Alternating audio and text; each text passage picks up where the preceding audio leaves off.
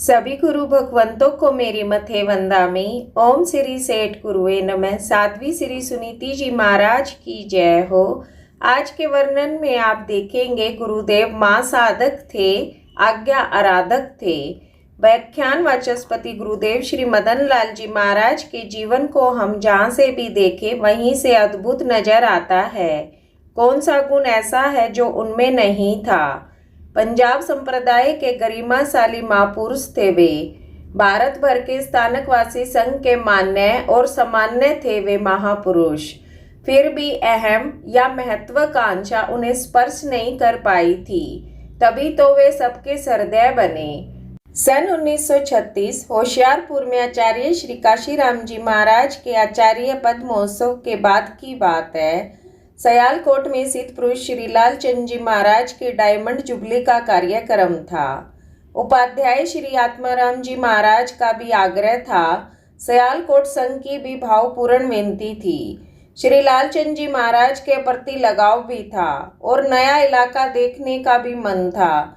इसीलिए गुरुदेव श्री मदन लाल जी महाराज ने सयालकोट का भाव बना लिया। होशियारपुर से मां साध्वी श्री पार्वती जी महाराज को दर्शन देने जालंधर पधारे और वहां से कपूरथला पहुंचे। कुछ दिन विश्राम करके चलने ही वाले थे कि रोहतक से पूज्य पास श्री अमीलाल जी महाराज का पत्र आ गया, जिसमें निर्देश था सयालकोट डायमंड जुबली के आयोजन में बिल्कुल नहीं जाना। बड़ों की आज्ञा थी, इसीलिए समस्त योजनाओं को निरस्त करके तुरंत वापिस मुड़ लिए। सन 1946 अमृतसर में चातुर्मास करके वाचस्पति गुरुदेव का भाव रावलपिंडी, सयालकोट आदि क्षेत्रों की स्पर्शना का था। भावी योजना का नक्शा तैयार करके मूनक विराजित गनवा छेदक श्री बनवारी लाल जी महाराज के पास भेजा और बड़ी आशा से आज्ञा मांगी, परंतु उन्होंने आशा के विपरीत संदेश दिया। एक कदम भी आगे मत बढ़ाना, शीघ्रातिशीघ्र मेरे पास लौट आओ। आज्ञा मन के प्रतिकूल थी, पर उस विनयशील महापुरुष के लिए तो कुछ भी प्रतिकूल नहीं था। सहर्ष मूनक लौट आए। आकर पूज्य पास श्री बनवारी लाल महाराज के चरणों में वंदना की तो उन्होंने फरमाया, मदन मुनि जी, आपको आज्ञा आराधना का सुमधुर फल मिलेगा। सन 1947 का वर्ष का प्रारंभ हुआ। देश विभाजन के चक्कर में चहुं और कत्लेआम मच गया। पाकिस्तान से हिंदुओं, सिखों और जैनों का महापलायन हुआ। जो जैन शर्मन उस समय पाकिस्तान थे, उन्हें वायुयानों से भारत लाया गया। इस सब को देखकर वाचस्पति गुरुदेव ने फरमाया, देखो कितना अच्छा हुआ, हमने बड़ों की आज्ञा मानी, वरना हमें भी न जाने कितनी मुसीबतों से गुजरना पड़ता। 3 जून सन 1945 अम्बाला नगर में पंजाब संप्रदाय के एक छतर आचार्य श्री काशीराम जी महाराज का अचानक ही स्वर्गवास होने से संघ अनाथ हो गया।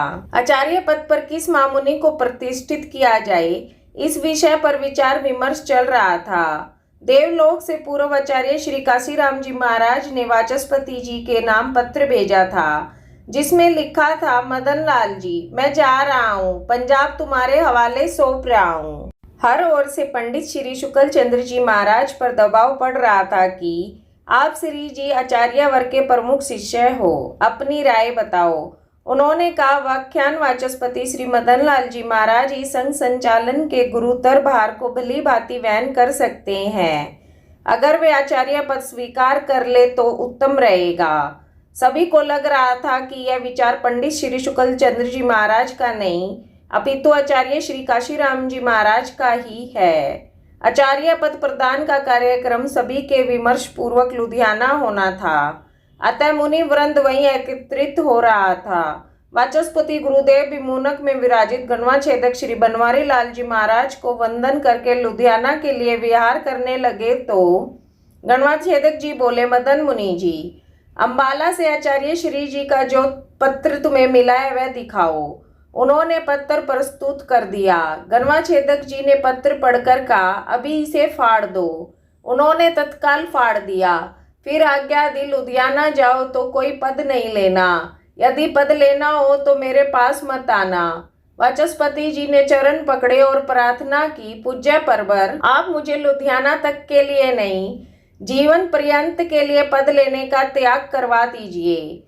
गनवा छेदक श्री बनवारी लाल जी महाराज ने उन्हें आचार्य, युवाचार्य, गणी, गनवा छेदक, उपाध्याय और प्रवर्तक इन 6 शास्त्रीय पदवियों का सदा के लिए त्याग करवा दिया। फिर सिर पर हाथ रखकर बोले, अब लुधियाना जाओ, जो चाहोगे वही होगा। वाचस्पति जी लुधियाना पधारे। मुनियों की मीटिंग हुई। वाचस्पति जी का नाम प्रस्तुत किया जाने लगा तो वे खड़े होकर बोले, मैं 6 शास्त्रीय पदवियों का त्याग लेकर आया हूँ। यह सुन सभी स्तब्ध रह गए। सबने एक स्वर से कहा, यह बलिदानी और निस्वार्थी महामुनि जो नाम पेश करेंगे सबको वही मान्य होगा। वाचस्पति गुरुदेव ने उपाध्याय श्री आत्माराम जी महाराज का नाम प्रस्तुत किया। सभी ने सहर्ष अनुमोदना की। उल्लास और उमंग के वातावरण में उपाध्याय श्री आत्माराम जी महाराज को आचार्य पद पर विराजमान किया गया। लुधियाना श्री संघ ने उस अवसर पर आचार्य श्री जी के अलावा एकमात्र व्याख्यान वाचस्पति गुरुदेव श्री मदन लाल जी महाराज को अभिनंदन पत्र अर्पित किया था।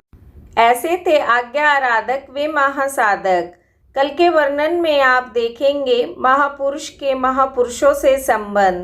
बोलिए भगवान महावीर स्वामी की जय हो। पूज्य गुरुदेव व्याख्यान वाचस्पति श्री मदन लाल जी महाराज की जय हो। आपकी अपनी श्राविका।